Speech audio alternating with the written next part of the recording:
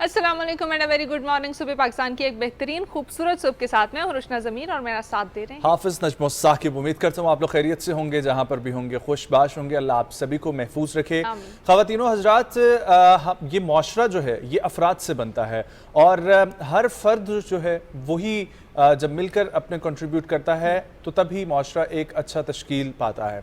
और हर फर्द से मुराद है सिर्फ़ और सिर्फ आपके शहर या आपके गांव देहात या आपके मुल्क में रहने वाला बाशिंदा नहीं, बल्कि इस पूरे कुर्रा अर्ज़ में जितने भी लोग बसते हैं उनका ख्याल करना हम सब की एक इंसानी हुकूक की ज़िम्मेदारी बनती है। उसी हवाले से आज ख़वातीनो हज़रात अफ्रीकी नस्ल के हवाले से यह आलमी दिन मनाया जा रहा है। और आज के दिन को मनाने का मकसद ये है कि हमारे वो तमाम अफ्रीकी भाई जिनकी नस्ल कुशी पिछले दौर में की गई, पिछले अदवार में जिस तरीके से जुल्म सितम उनके ऊपर किया गया, उसकी नफ़ी की जाए और उनके हकूक़ के लिए आवाज़ बुलंद की जाएगी।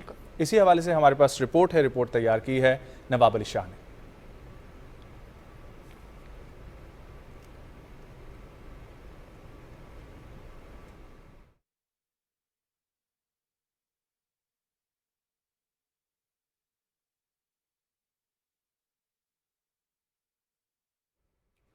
और अफ्रीकी नस्ल के अफराद का आलमी दिन मनाने का मकसद ये है कि 31 अगस्त को अक़वाम मुत्तहिदा के दिन तहत ये दिन मनाया गया था और फिर 2021 में पहली बार ये दिन मनाया गया और उसके बाद ऑनवर्ड इस दिन को हर साल मनाया जाता है। और अक़वाम मुत्तहिदा का कहना है कि दुनिया में बसने वाले तमाम इंसान आज़ाद और वक़ार और हुकूक में बराबर पैदा हुए हैं।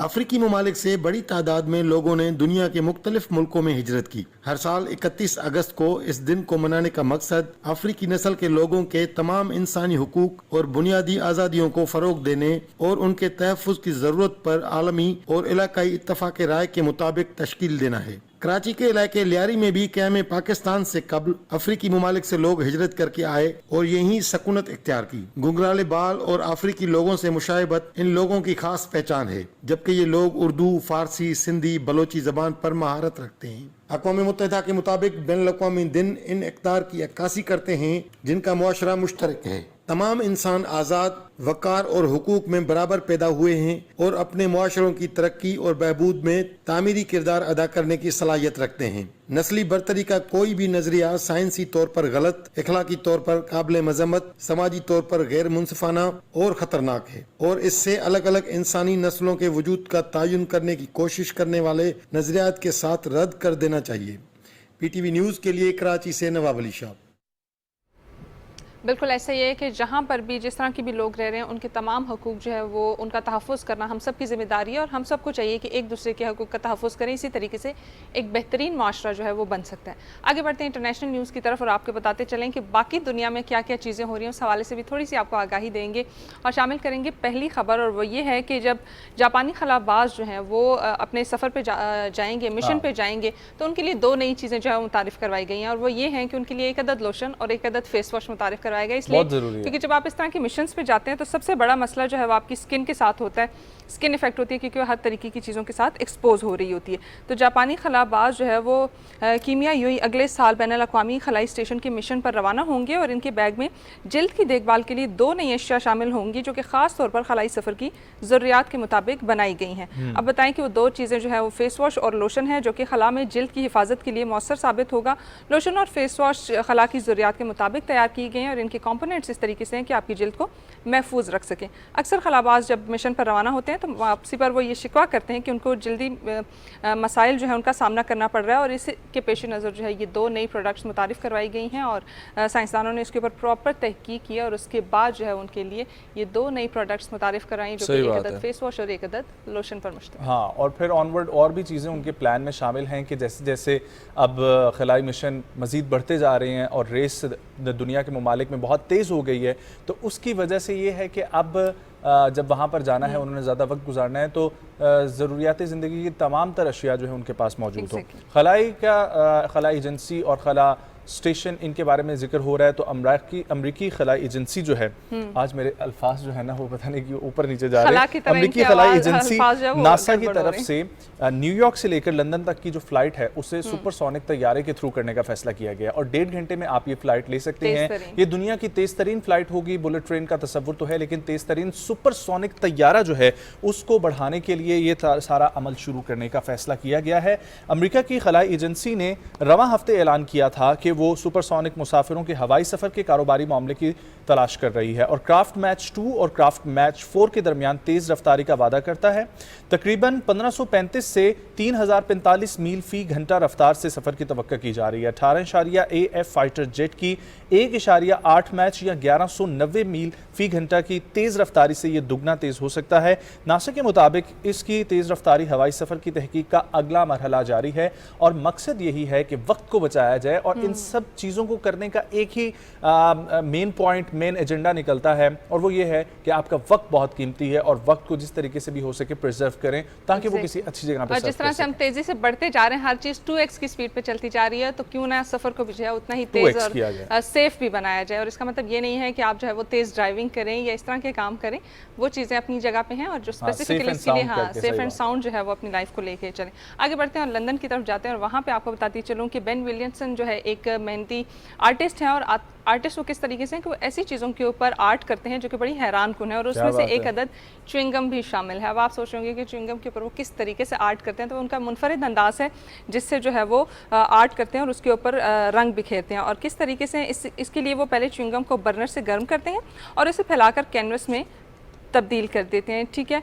और वो हर साइज़ और शक्ल की च्युइंगम पर पेंटिंग करते नज़र आते हैं और बेन विल्सन जो है वो टूटी हुई टाइलों के टुकड़ों पर भी जो है वो इस तरीके से पेंटिंग करते हैं जो कि माइक्रो पेंटिंग का एक नमूना भी होती है। और उसके बाद वो क्या करते हैं कि वो पेंटिंग जो है वो उसी नेचुरल जगह, जिस जगह की उन्होंने वो पेंटिंग बनाई होती है, वहाँ पे रख आते हैं ताकि लोगों को जो है वो ये रियलाइज़ हो सके कि वो भी उसी जगह का हिस्सा है और उस जगह का हिस्सा बन जाती है। और वो चाहते हैं कि लोग रुक कर अपने पैरों तले खूबसूरती को देखें और महसूस कर सकें। तो ऑफकोर्स एक बेहतरीन अंदाज़ है कि आर्ट को इस तरीके से भी फैलाया जा सके। डेफिनेटली, और आर्ट को जितना भी आप फ़रोग़ देंगे बहुत अच्छी बात है। आप लोग उस्ताद को इज्जत दें और आप लोग आर्टिस्ट को इज्जत दें तो माशरा बहुत बेहतरी की जानिब जा सकता है। और ये दोनों वो तबके हैं जो हमेशा पॉजिटिविटी को ही फरोग देते हैं। एग्जैक्टली, और इसीलिए कहते हैं कि आर्ट हैज़ नो बाउंड्रीज। तो नो बाउंड्रीज का मतलब है कि आप किसी भी तरीके से आर्ट करें और पॉजिटिविटी जो है वो माशरे में डेफिनेटली। लंदन से अब हम आपको उड़ा के लेकर चलते हैं ऑस्ट्रेलिया, ठीक है। और ऑस्ट्रेलिया में क्या हुआ है, बड़ा ही एक हैरत अंगेज वाकया सामने आया जहां पर 2 जुड़वा बहनों ने 2 जुड़वा बच्चों को पैदाइश दी है और एक ही वक्त में। और ये 2 जुड़वा बहनें हैं, रिपोर्ट्स जो सामने आ रही हैं उनके मुताबिक ये 2 बहनों का नाम है गिलियान गोगिस और निकोल पेट्रॉक। अब इन दोनों बहनों ने बचपन से ही गहरी जुड़वा थीं और हत्ता कि इन्होंने एक ही वक्त पे ये प्रेगनेंसी का अमल हुआ, फिर डिलीवरी भी एक ही दिन हुई और सबसे पहले जो है वो 1:20 पे 22 अगस्त को अपने बेटे को जन्म दिया है गिलियान ने। और ठीक 5 घंटे बाद उनके भांजे की पैदाइश हुई है जो कि निकोल के बेटे हैं। और गिलियान ने बताया था कि कुछ भी हो एक ही वक्त के लिए इस तरह की मनसूबाबंदी नहीं हो सकती। हम दोनों बहनों ने ज़िंदगी में जो भी कुछ किया है हमेशा एक साथ किया है, लिहाजा ये वाकया भी एक कामयाब मिसाल हम लोग बनाना चाहते थे और उनकी ये मिसाल बन गई। डेफिनेटली वो याद रहेगा उन्हें, उनके दोनों बच्चे जो है जब वो परवान चढ़ेंगे वो भी एक दूसरे के साथ रिलेटेबल होंगे कि हमारी सेम एज है, सेम डे है, सब कुछ सेम होगा। मुझे लगता है यहाँ पे थोड़ा सा कंपैरिजन भी आ जाएगा और इनके पहले भी ट्विंस है। एग्जैक्टली, सो ये बड़ी ही मुनफरिद खबर थी और इसी तरीके से एक मुनफरिद खबर जो है वो टेक्नोलॉजी की दुनिया से भी है, उसकी तरफ भी बढ़ते हैं। आपको पता है जिस तरीके से दुनिया चेंज होती जा रही है तो नए नए फैशन भी मुतारिफ होते जा रहे हैं और नए नए रंग उसमें आते जा रहे हैं। लेकिन जो अब फैशन जिसके बारे में बताती जा रही है वो भी खासा मुनफरिद है और वो ये है कि कीबोर्ड के जो वो होते हैं, कंप्यूटर के जो कीबोर्ड है उसके ऊपर मबनी जो है वो एक, हाँ बिल्कुल, कंप्यूटर का जो कीबोर्ड होता है, कीज होती हैं, उसके ऊपर मबनी जो है वो एक पफर जैकेट बनाएगी क्योंकि सर्दियाँ आ रही हैं तो एक पफर जैकेट जो है उस तरीके से बनाएगी और बड़ी खूबसूरत सी जैकेट है और वो 3D मॉडल की तरह से। अब आप देख रहे होंगे कि आप सोच रहे 3D मॉडल किस तरीके से, जब आप उसके ऊपर वो जो उसके बटन है वो ऊपर की तरफ उभरे हुए हैं और उनको प्रेस करने से प्रॉपरली लगता है कि ये एक कीबोर्ड ही है और ये चवन के करीब बनाई गई हैं, ठीक है। नीश फैशन के तहत जो है एक कंपनी है उसने ये लेमिनल वर्क जो है इसके अकॉर्डिंग ये जैकेट बनाई है, पफर जैकेट, और ये नुमाइश के लिए भी पेश की गई है और इस तरीके से ये सामने दिखाई भी जा रही है। ओके, सो ये बहुत सारी टेक्नोलॉजी में जहाँ पर सफ़र हो रहा है वहीं पर अटायर को भी मिक्स किया जा रहा है। लेकिन हम लोग जहाँ पर इंटरनेशनल न्यूज़ का जिक्र कर रहे हैं तो साथ ही साथ हम लोग पाकिस्तान को भी अपने लेकर चलते हैं, और पाकिस्तान के हवाले से भी हमारे पास बहुत सारी खबरें मौजूद है। तो उनमें से एक अच्छी खबर, हमेशा पॉजिटिविटी की बात करनी चाहिए, जो कि हुकूमत पाकिस्तान और हुकूमत पंजाब भी कोशिश कर रही है। हुनरमंद पंजाब की तरफ से अहम पेशरफ्त सामने आई है, और इसके ऊपर से पेशरफ्त ये सामने आई कि महकमा उमूर नौजवानान जो है उनकी जानिब से रोजगार प्रोग्राम, और उसमें भी खासतौर पर ई रोजगार के तहत बहुत सारे मंसूबों का आगाज किया गया, और उसमें एक बहुत बड़ी पेशरफ्त अब सामने आई है कि 45,000 से ज़ायद नौजवान इससे मुस्तफीद होकर खुद कफील बन चुके हैं, और वो अपने घर की कफालत कर रहे हैं, बल्कि अपने साथ और लोगों की भी मदद कर रहे हैं। बिल्कुल, और इसके ऊपर हमारे पास एक अदद पैकेज भी है वर्दा सलीम का। पंजाब इंफॉर्मेशन टेक्नोलॉजी बोर्ड के ताउन से शुरू किए जाने वाले ई रोजगार प्रोग्राम का मकसद नौजवानों को बाहुनर बनाना और उनकी इस्तेदाद कार में इजाफा करना, ताकि वो माशी तौर पर खुद इन्हिसार हो सके। इस प्रोग्राम के तहत बेरोजगार नौजवानों को वेब डेवलपमेंट, डिजिटल मार्केटिंग और ई कॉमर्स समेत 7 शोबों में कोर्सेज करवाए जाते हैं। इस मकसद के लिए पंजाब की मुख्तलिफ यूनिवर्सिटियों और तालीमी इदारों में 45 मराकज फाल हैं, जिनमें 5 मराकज खवातीन के लिए मुख्तस हैं। ये प्रोग्राम जो है गवर्नमेंट ऑफ पंजाब का फ्री प्रोग्राम है। इसमें हम बहुत सारे नौजवानों को ऑलरेडी ट्रेन कर चुके हैं, और इसको हम अभी एक्सपेंड भी करने जा रहे हैं इंशाल्लाह, और इसको हम आगे अभी तो ज़िला लेवल पे है, और इसको हम तहसील लेवल पे लेके जाएंगे, और इसमें मज़ीद जो है सेंटर्स का भी इजाफा किया जाएगा, क्योंकि उसकी डिमांड जो है बहुत ज़्यादा है और इसकी जो सक्सेस है वो बहुत ज़्यादा है। ये प्रोग्राम जो है ये आपका ब्रिज है towards foreign exchange earning and skill development and taking the economy to the next level on the digital platform. So ज़रूरत अब ये इसकी है कि इसको हम एक्सपैंड करें, डीपन करें। इस तरबेती प्रोग्राम में दाखिले के लिए उम्र 35 साल और कम से कम तालीमी काबिलियत मास्टर्स हैं। मेरे लिए तो ये टर्निंग पॉइंट था, ये रोजगार तो ये तो ज़रूर गवर्नमेंट ने जो भी ये इनिशिएटिव लिया है हाउस वाइफ्स के लिए बेस्ट है कि वो फ्रीलांसिंग करें और इस फील्ड में आगे जाएं। आज अल्हम्दुलिल्लाह मेरा एक सॉफ्टवेयर हाउस है जिसमें 35 से ज़ायद लोग काम कर रहे हैं। 2.5 लाख से ज़्यादा डॉलर्स जो है मैं पाकिस्तान के अंदर ला चुका हूँ इसके ज़रिए। ई रोज़गार से मुझे जो है ऐसी डोमेन का पता चला कि जिसमें मैं घर रहकर भी काम भी कर सकती थी, और अपने साथ साथ मैंने जो है वो अपनी फैमिली को भी सपोर्ट किया है। ई रोज़गार प्लेटफॉर्म से मुझे एक अच्छी प्रोफेशनल ट्रेनिंग मिली, जिसके थ्रू मैं इंटरनेशनल क्लाइंट्स के साथ काम कर रही हूँ, और अब मैं एक अच्छी कंटेंट राइटिंग कंपनी चला रही हूँ। इस प्रोग्राम से मुस्तफीद होकर नौजवान अहम पोजीशंस पर काम कर रहे हैं। इन डिजिटल महारतों से अब तक 45,000 से ज्यादा नौजवान तरबियत हासिल कर चुके हैं और तकरीबन 8 अरब रुपए का ज़ेर मुबादला कमा चुके हैं। नौजवानों को बाख्तियार बनाने के लिए जदीद स्किल से आरास्ता करना एक उम्दा काविश है। वर्दा सलीम, पाकिस्तान टेलीविजन न्यूज़, लाहौर। जी बिल्कुल, एक बेहतरीन कदम था, और इसी तरीके से जो है वो तरक्की की राहों पर मुल्क गामजन हो सकेगा, क्योंकि हम बहुत सारे इस तरह की इनिशिएटिव्स देख रहे हैं जिसमें स्किल्ड बेस्ड एजुकेशन के ऊपर जो है वो अब फोकस किया जा रहा है। आगे बढ़ते हैं और मैं आपको लेके चलूँ एक बड़े ही खूबसूरत मंजर की तरफ, नज़ारे की तरफ, जिसका हमने कुछ दिनों पहले जिक्र भी किया था और बताया भी था कि 30 अगस्त को जो है वो सुपर ब्लू मून जो है वो देखा जाएगा, और सुपर ब्लू मून जो है वो दुनिया के तमाम ममालिक में देखा गया, लेकिन सऊदी अरब समेत जो है वो दुनिया के तमाम ममालिक ने इसको एंजॉय भी किया, और ये सुपर मून का नज़ारा जो है वो देखा गया। ऐसा नज़ारा कहा जा रहा है कि अगली बार 9 साल बाद देखा जाएगा। ब्लू मून जितना खूबसूरत हम टीवी पे दिखा रहे हैं, इतना खूबसूरत नजर भी आता इतना ही खूबसूरत होगा। ये सब वेबसाइट्स के मुताबिक जो है ये इस तरह का नज़ारा देखा गया, और चांद जो है वो ज़मीन के करीब तरीन था, ये भी कहा जा रहा है। और रवा माह सुपर मून के नज़ारे का ये दूसरा मौका है। शुरू में भी एक अदद देखा गया था सुपर मून, और अब इसको जो है सुपर ब्लू मून कहा जा रहा है, और ये भी एक बेहतरीन नज़ारा था जो कि दुनिया में रहने वाले तमाम लोग, हाँ, अगस्त में ही 2 बार देखा गया, एक बार महीने के शुरू में और एक बार महीने के आखिर। बस असल में महीने के शुरू में पैदा हुआ था, तो वहाँ से ये महीने का आगाज हुआ था, इसीलिए 2 दफ़ा सुपर मून इस दफ़ा दिखाने को आ गया अपना चेहरा। लेकिन अगला 2032 में मेरा ख्याल है सुपर मून देखा जाएगा, तो अब जिन लोगों ने मिस कर दिया है वो उस वक्त तक इंतजार करें। अब आप लोगों को बताते हैं एक एडवांस टेक्नोलॉजी के हवाले से जो कि स्पोर्ट्स की दुनिया में आई है, और अक्सर हम लोग ये देखते हैं कि बहुत सारी ऐसी गेम्स हैं जहाँ पर छोटी गेंद का इस्तेमाल किया जाता है, जिसमें टेनिस आती है, स्क्वॉश आती है, इवन आपके बैडमिंटन आता है, फिर आपकी क्रिकेट आती है, और बहुत सारी जो भी इस किस्म की गेम्स हैं। अब होता यह है कि खिलाड़ी जो खेलने में मसरूफ़ होता है उसकी नज़रें मुख्तलिफ चीज़ों को टैकल करने में जो है ना वो बिजी होती हैं। एक तो वो जो खिलाड़ी उसे गेंद करवा रहा होता है या जो फील्डर्स मौजूद होते हैं उनके ऊपर नज़र रखता है, और दूसरी तरफ उसकी बॉल पर भी रखनी होती है उसने नज़र। तो ये काफ़ी मुश्किल काम नज़र आता था। अब इसका मसला जो है वो हल कर दिया गया, और मसला कैसे हल किया गया है कि जी फॉल्कन फ्रेम्स नामी एक इजाद हुई है, ये आप लोग देख सकते हैं। इसको अब वो बैट्समैन या प्लेयर्स पहनेंगे, बाकायदा तौर पे इसके पीछे से ग्रिप होगी ताकि ये लूज़ ना हो, और इसको इसके अंदर 3D LED फ्रेम्स जो हैं वो लगाए गए हैं ताकि जो खिलाड़ी आपके इर्द गिर्द मौजूद हैं या जो आपके ओपोनेंट प्लेयर्स हैं उनकी नज़रें कहाँ पर जमी हुई हैं और वो कहाँ कहाँ पर फोकस्ड एरियाज़ हैं उनके। अगर बॉल कैच करनी है तो वो कौन सा फोकस एरिया है, अगर किसी को इशारा करना है तो वो कौन सा फोकस एरिया है, वो सब आप उनसे कैच कर सकते हैं। और ये एवोल्यूशन ऑप्टिक्स नामी एक इदारे का ताउन भी इसमें हासिल है, और इसका ऊपरी निसफ हिस्सा काटा गया है जिसके इतराफ़ में कई तरह की LEDs का इस्तेमाल किया गया है।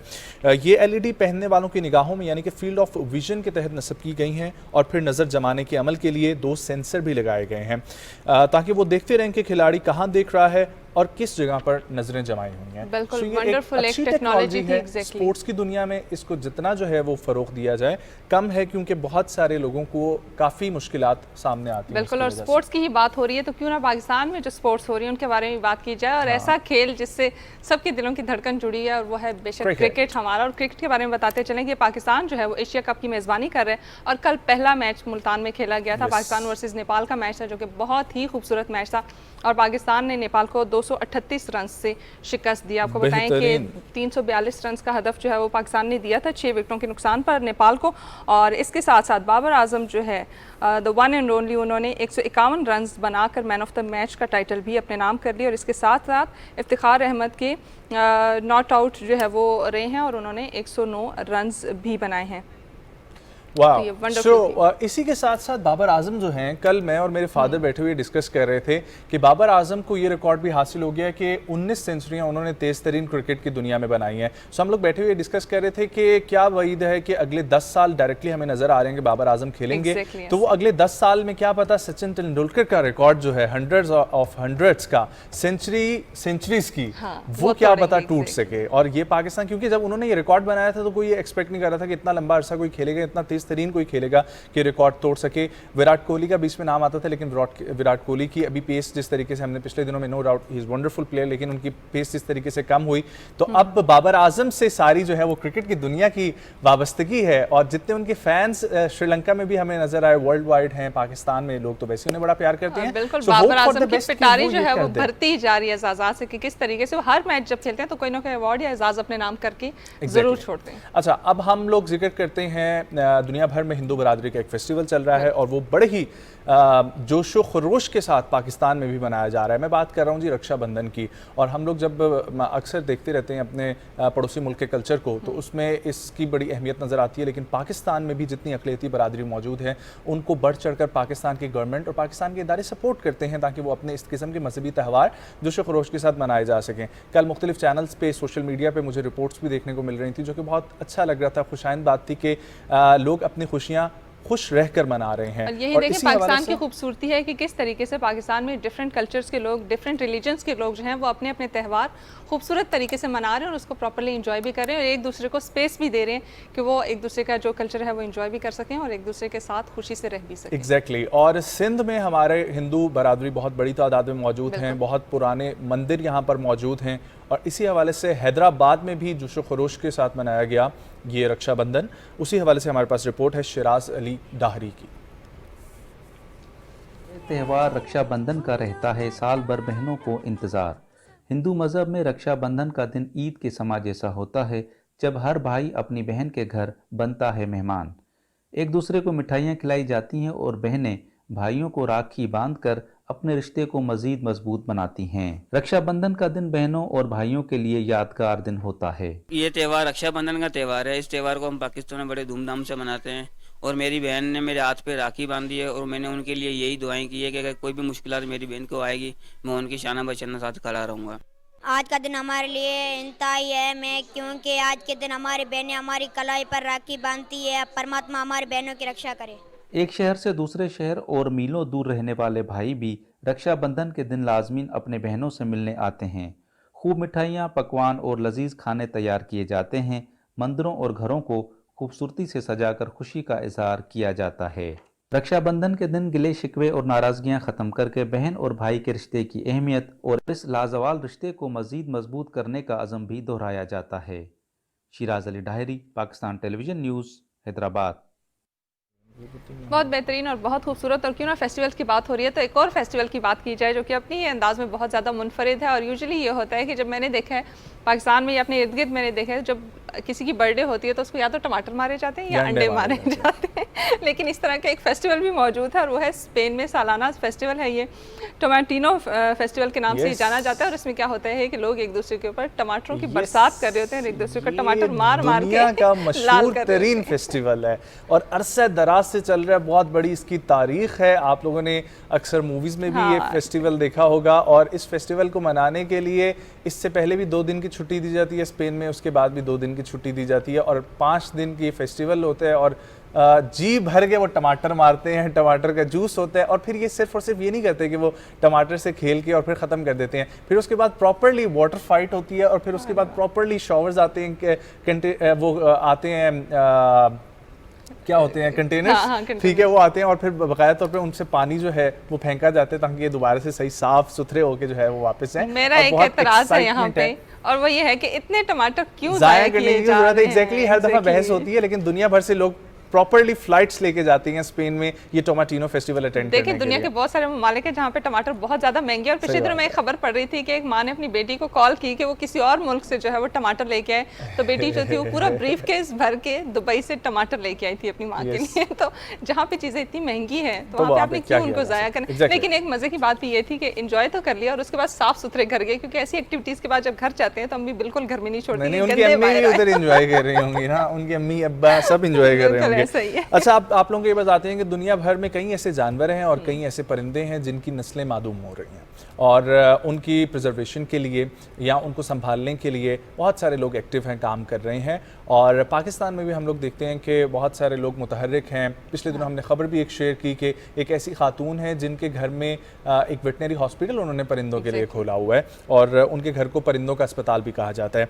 लेकिन न्यूजीलैंड में भी एक कोशिश की गई है जहाँ पर दुनिया के नायाब तरीन परिंदों में से एक परिंदे की नस्ल को बचाने के लिए कोशिशें जारी की गई हैं और उनको कुदरती माहौल में छोड़ा गया है ताकि उनकी नस्ल को महफूज बनाया जा सके, ताकि ये परिंदे अपनी खूबसूरती में अपनी पहचान बरकरार रखें। और ये आप लोग खूबसूरत सा अमल देख सकते हैं कि उनके लिए एक प्रॉपरली कंट्रोल्ड एनवायरनमेंट रखा गया है। वंडरफुल। और इसके साथ साथ बढ़ेंगे हम अपने सोशल मीडिया की तरफ। सोशल मीडिया की दुनिया से भी आपके साथ कुछ खबरें शामिल करेंगे और आपको बताते चलें कि ट्विटर पे बड़ी नई नई चीज़ें, जो सबका ट्विटर था और नया जो है वो एक्स, उसके हवाले से बहुत सारी खबरें गर्दिश करती रहती हैं। और एक नई खबर वो ये है कि ट्विटर ने जो है वो अमरीकी सदारती इंतखाबात से पहले सियासी इश्तिहारात पर जो पाबंदी लगाई हुई थी वो उठा ली और वो ख़त्म कर दिया। और 2019 में ट्विटर ने ये पाबंदी लगाई थी कि सियासी इश्तिहारात जो है वो नहीं शाये किए जाएंगे इस वेबसाइट पर। और वो इसलिए था कि वो कहते थे कि ये इजहार राय की जो आज़ादी है उसके ख़िलाफ़ ये चीज़ जा रही है, तो इसलिए आप इस तरह की चीज़ें जो है या इस तरह के इश्तिहारात जो हैं वो इनसे परहेज़ किया जाए। लेकिन आप जो है वो कि पहले कहते थे कि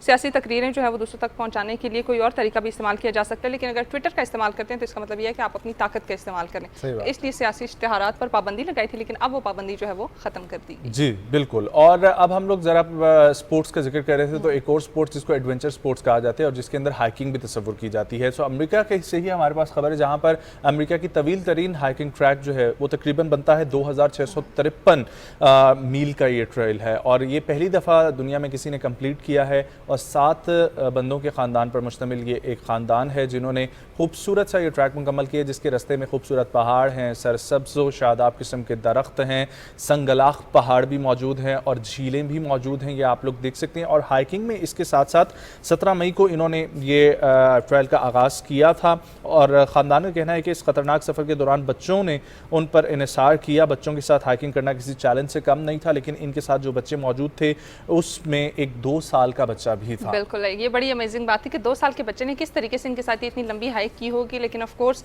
अगर पूरी फैमिली है तो मेरे ख्याल से एक सपोर्ट सिस्टम की तरह और एक 1 यूनिट की तरह वो सारे काम कर रहे होंगे और उन्होंने इन्जॉय भी किया। देखिए इन्जॉय करने के मुनफरिद तरीके भी होते हैं। अब स्पोर्ट्स की दुनिया से ही अगर खबर शामिल हो रही है और एडवेंचर स्पोर्ट्स की बात हो रही है तो क्यों ना आपने कौमी खेल के ऊपर बात कर ली जाए और उस जगह से भी एक खबर शामिल कर ली जाए, और वो ये है कि 5 साइड एशिया कप जो है वो जारी था और उसमें पाकिस्तान हॉकी टीम ने लगातार दूसरी कामयाबी अपने नाम कर ली और कौमी टीम ने बांग्लादेश को हराया और इसके साथ साथ दूसरी कामयाबी पाकिस्तान के नाम हुई है। और ये एक इवेंट जो था ये ओमान के शहर सलाला में खेला जा रहा था और इवेंट में कौमी टीम ने बांग्लादेश को 6 के मुकाबले में 15 गोल से शिकस्त दी है। पाकिस्तान की जानिब से कप्तान राना अब्दुल वहीद अशरफ ने 4, अरशद लियाकत और मोहम्मद अब्दुल्ला ने 3-3 जबकि अब्दुल रहमान ने 2 गोल बनाए और इसी तरीके से ये कामयाबी पाकिस्तान के नाम। Wonderful wonderful. सो हम लोग अक्सर आप लोग देखते हैं कि हमारे सूबे पाकिस्तान में एक मौजू होता है, स्पोर्ट्स भी होती है, लोगों की फलाह बहबूद के लिए भी होता है, लेकिन परिंदों और जानवरों के हवाले से हमारे पास बहुत सारी खबरें मौजूद होती हैं। तो उसी तरीके से अगली भी एक जानवर से रिलेटेड हमारे पास खबर है और बड़ी खूबसूरत सी एक वीडियो आजकल वायरल चल रही है, वो आप लोगों को दिखाते हैं। वीडियो है पेंसिल्वेनिया के एक पार्क की, जहाँ पर रीछ के एक बच्चे ने अपना सर बोतल के अंदर फंसा लिया, ठीक है और फिर उसके बाद वो बेचारा लगा रहा लेकिन उससे नहीं हुआ और फिर पार्क के मैनेजर ने देखा और फिर पार्क के मैनेजर ने उसकी हेल्प की और उसको फाइनली रिलीफ दिलवाया है। तो आप लोग आसपास भी देखा करें, नज़र डाला करें, अगर ऐसे कोई भी परिंदा या ऐसे कोई भी जानवर मौजूद होता है जो मुश्किल में होता है, इंसानी बच्चों का सिर्फ काम नहीं है कि इस तरीके की उल्टी सीधी हरकतें करते हैं, जानवरों के बच्चे भी जो है वो भी इसी तरीके के काम करते हैं और छोटी छोटी एक्टिविटीज़ करते हैं जिससे इर्द गिर्द के लोगों को एंटरटेन भी कर रहे होते हैं, लेकिन बाज़ औक़ात खुद को भी किसी न किसी मुश्किल में फंसा लेते हैं। एग्जैक्टली। सो ख़वातीनो हज़रात, ये हमारी न्यूज़ का सिलसिला था और अब शामिल करते हैं ब्रेक। जब ब्रेक से वापस आएंगे हमारे साथ गेस्ट मौजूद होंगे, बहुत इंटरेस्टिंग सा टॉपिक है, कहीं मत जाएं, सुबह पाकिस्तान के साथ।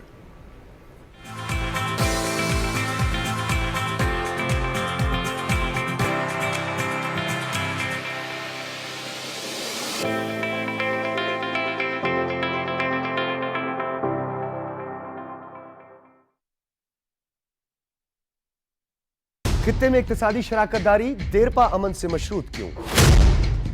हिंदुत्व के नशे में धुत सेकुलर भारत का क्या होगा? क्या माशी गर्दाब से निकलने का वाहिद रास्ता चार्टर ऑफ इकोनॉमी है? इक्तदार की सियासत के लिए रियासत निशाने पर क्यों? इन पेचीदा मामलात और इन मुहर्रिकात को जानने के लिए बहैसियत कौम हम सबको मिलकर सोचना होगा। देखिए प्रोग्राम सोचना होगा जुम्मा और हफ्ता शाम 4:05 पर सिर्फ पीटीवी न्यूज पर।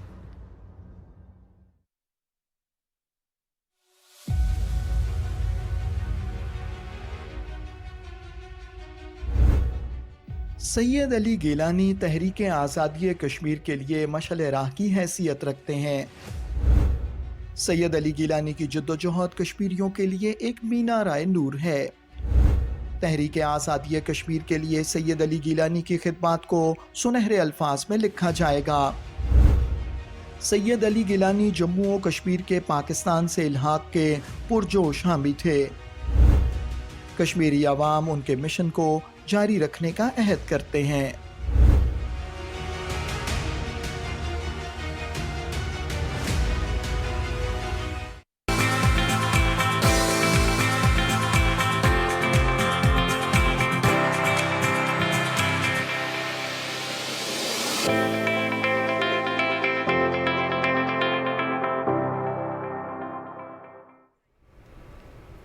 सुबह पाकिस्तान में हमारी ये कोशिश होती है कि मुख्तलिफ मौज़ूआत पे बात करें जिसमें आपकी हेल्थ भी जो है वो एक टॉप प्रायोरिटी है कि किस तरीके से आपको हेल्दी लाइफस्टाइल की तरफ लाया जाए और जो भी आपके प्रॉब्लम्स चल रहे हैं या इश्यूज़ नॉर्मल लाइफ में लोगों के साथ चल रहे हैं ऑन अ मेजॉरिटी, उसको भी हल किया जा सके। और इसी तरीके का आज एक टॉपिक हमारे साथ प्रोग्राम में भी शामिल है और वो ये है कि किस तरीके से आपका डाइजेस्टिव सिस्टम जो है वो हेल्दी रह सकेगा। और गट हेल्थ के हवाले से हम बात करेंगे कि किस तरीके से आपकी गट हेल्थ जो है वो आपकी ज़िंदगी बदल सकती है और किस तरीके से ये आपको बाकी चीज़ों से महफूज रख सकती है, बाकी बीमारियों से महफूज रख सकती है। अब ये गट हेल्थ होती क्या है, इसके ऊपर हम लोग बात करेंगे और फिर उसके साथ साथ ये जिक्र करेंगे कि गट हेल्थ में क्या क्या चीज़ें मेजर हैं, इंपॉर्टेंट है, किन किन चीज़ों का हमने ख्याल रखना है, लेकिन इसका डायरेक्टली ताल्लुक हमारी ग़िज़ा से, हमारी डाइट से कैसे बनता है, ये हम जानेंगे। हमारे साथ मौजूद हैं क्लिनिकल डाइटिशियन मोहतरमा अनीसा सोहेल साहिबा। अस्सलाम वालेकुम। वालेकुम अस्सलाम। Good morning, thank you for coming. खैरियत से आप? Thank you for having me. अल्हम्दुलिल्लाह, आप कैसे हैं? अल्हम्दुलिल्लाह। सो अनीसा, सबसे पहले तो ये बताइए गट हेल्थ जो है, ये हमने भी फर्स्ट टाइम अभी थोड़ी देर पहले नाम सुना था और फिर इसका हम लोग जिक्र कर रहे थे, ये एक्सप्लेन कर दें और आपकी बॉडी का कितना पार्ट आता है गट हेल्थ में, ये भी बता दें।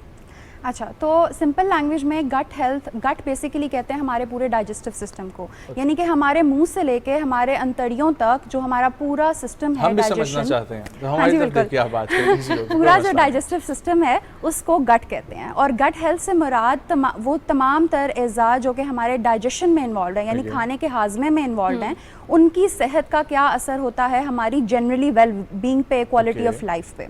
अब जो मैं स्पेसिफिकली बात करूंगी वो हमारी आंतों की सेहत है, यानी कि हमारे लार्ज इंटेस्टाइन्स और स्मॉल इंटेस्टाइन्स। और इसकी इंपॉर्टेंस इस वजह से इतनी ज़्यादा है क्योंकि हमारे गट में होते हैं माइक्रो ऑर्गेनिजम्स। वो स्पीशीज़ होती हैं, छोटी छोटी स्पीशीज़ होती हैं जो कि हमें नेकेड आई से नज़र नहीं आती, माइक्रोस्कोप में रख के नज़र आती हैं, लेकिन उनके इतने ज़्यादा फ़वाइद हैं। और वैसे तो हमने देखा है कि इस तरह के माइक्रो ऑर्गेनिजम्स हमें डिजीज़ कॉज करते हैं, हमें बीमारियां लगाते हैं, लेकिन अल्लाह ताला ने ऐसा सिस्टम बनाया कि हमारे जिस्म के अंदर ये जो सारे स्पीशीज़ हैं, माइक्रोबायोटा कहा जाता है इसको, वो असल में हमारे न्यूट्रिएंट्स की ज़्यादा अब्जॉर्प्शन करवाते हैं, हमारे विटामिन्स बनाते हैं, विटामिन मतलब 2 विटामिन्स हैं, विटामिन डी और विटामिन B3। इनके अलावा हमारे तमाम तर विटामिन्स की प्रोडक्शन में हमारा गट यानी कि हमारा माइक्रोबायोटा इन्वॉल्व होता है। और अब ये जो स्पीशीज़ हैं ये हमारे साथ सिम्बायोसिस रिलेशनशिप में होते हैं, यानी कि इनको हम जगह देते हैं अपने अंदर रहने की, और वो उल्टा हमें पे बैक करते हैं हमारी सेहत में, पे बैक करके हमारी सेहत को इन्हांस करके। तो अब अगर इसकी मैं इंपॉर्टेंस पे बात करूं तो इसका एक तो ये है कि हमारे सारे विटामिन्स हमारे यहाँ पे बनते हैं। सेकेंडली हमारे गॉल ब्लैडर में बाइल प्रोड्यूस होता है, यानी कि हमारे जो हम चर्बी वाली चीज़ें खाते हैं, फैट्स खाते हैं, उनकी डाइजेशन में बाइल इन्वॉल्व होता है, और बाइल की रीअब्जॉर्प्शन होती है माइक्रो ऑर्गेनिजम्स की वजह से। अब अगर बाइल सही तरह से काम ना कर रहा हो या हमारा ये माइक्रोबायोटा सही तरह से काम ना कर रहा हो, बाइल की रीअब्जॉर्प्शन नहीं होती, और उसके नतीजे में हमारे जो फैट सॉल्युबल विटामिन्स है, vitamin A, D, E and K, जो कि सिर्फ और सिर्फ हमारे बॉडी में फैट में ही एब्जॉर्ब होते हैं, वाटर सॉल्युबल नहीं होते, उसकी कमी हो जाती है। और हमने देखा ही है विटामिन D की डेफिशिएंसी की वजह से ऑलरेडी पाकिस्तान में कितनी ज़्यादा स्टंटेड ग्रोथ है। और इसके अलावा फिर न्यूट्रिएंट की एब्जॉर्प्शन को फास्ट करता है गट माइक्रोबायोटा। इसकी एक बहुत इंटरेस्टिंग रिसर्च जो कि लेटेस्ट रिसर्च है वो है गट ब्रेन एक्सिस, यानी कि हमारा मैदा हमारे दिमाग से कैसे डायरेक्टली कनेक्टेड है, यानी कि हमारा मैदा कैसे डायरेक्टली कनेक्टेड है हमारी मेंटल हेल्थ से। इनिशियली तो ये समझा जाता था कि पैरासिम्पैथेटिक सिंपैथेटिक नर्वस सिस्टम है, लेकिन अब इंटेरिक नर्वस सिस्टम पे भी फोकस हो रहा है। एग्जैक्टली इसी पे आऊँगी अनीसा। कुछ अर्से पहले मैंने देखा कि मेरी एक दोस्त थी, वो गई किसी डॉक्टर के पास और उनका ये मसला था कि ऑल द टाइम उनके सर में दर्द होता है। डॉक्टर का पहला क्वेश्चन ये था कि आपका स्टमक कैसा रहता है। तो ये किस तरीके से इंटरलिंक्ड है कि आपका अगर स्टमक ठीक से प्रॉपर्ली वर्क नहीं कर रहा है या वहाँ पर कोई इशू है तो आपकी मेंटल हेल्थ भी उससे इफेक्ट होगी। इसकी साइंटिफिक रीजनिंग देने से पहले मैं एक हदीस कोट करूँगी। हज़रत मोहम्मद सल्लल्लाहु अलैहि वसल्लम ने फरमाया कि हमारा जो मैदा है वो एक हौज़ की तरह है, और जिस तरह हौज़ से डिफरेंट पाइप्स निकलते हैं उसी तरह हमारे मैदे से मुख्तलिफ पाइप्स निकलते हैं और वो हमारे सारे एज़ा को सपोर्ट करते हैं, और ये हदीस का मफ़हूम है। तो मतलब हज़रत मोहम्मद सल्लल्लाहु अलैहि वसल्लम ने तो बहुत पहले बोल दिया था, लेकिन साइंटिफिक रिसर्च अब ये कहती है कि हमारे जैसे डायरेक्ट एक कनेक्शन है हमारे गट से हमारे माइंड तक, हमारे ब्रेन तक न्यूरोट्रांसमिटर्स रिलीज होते हैं। 90% इम्यूनिटी हमारे जो 70% इम्यूनिटी हमारे जो जिस्म की है वो हमारा गट कंट्रोल करता है। इम्यूनो मॉड्यूलेटरी इफेक्ट होता है, जिसका मतलब ये है कि हम ऑटो इम्यून डिजीज़ से बच सकते हैं अगर हम अपने गट का ख्याल रखें।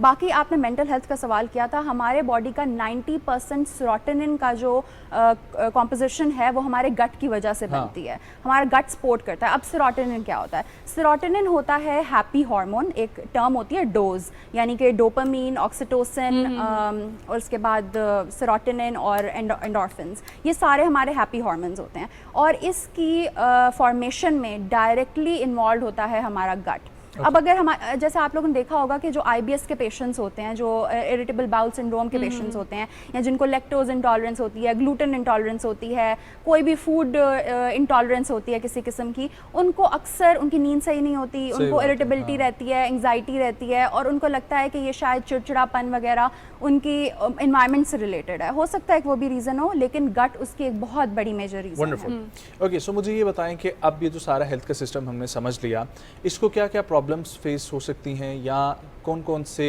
डाइट के इश्यूज हो सकते हैं, कौन कौन सी बीमारियां हो सकती हैं आपकी गट को, और क्या क्या प्रॉब्लम आप फेस कर सकते हैं? अच्छा, एक तो मैं उन फूड आइटम्स की भी बात करना चाहूँगी कि जो गट को ख़राब करते हैं, क्योंकि वो फिर, और ये एकदम से नहीं होता, जनरेशन तक अगर हम पिछली नस्ल भी फॉर एग्जांपल हमारा बहुत ज़्यादा प्रोसेस्ड फूड खा रही है, वो अगली नस्ल तक आता है और फिर हम बच्चे भी बीमार होते हैं, उनकी इम्यूनिटी कॉम्प्रोमाइज़ होती है। स्पेशली जो एंटीबायोटिक्स बहुत ज़्यादा लोग खाते हैं, एंटीबायोटिक्स वैसे तो बीमारियों से हमें बचाती है, लेकिन अगर उसका एक्सेसिव इस्तेमाल हो तो वो हमारे जो गट में गुड बैक्टीरिया है उसको भी ख़त्म कर देती है। उसके अलावा एंटीबायोटिक हमारा 80% जो मार्केट है एंटीबायोटिक्स की वो एनिमल फीड में जाती है।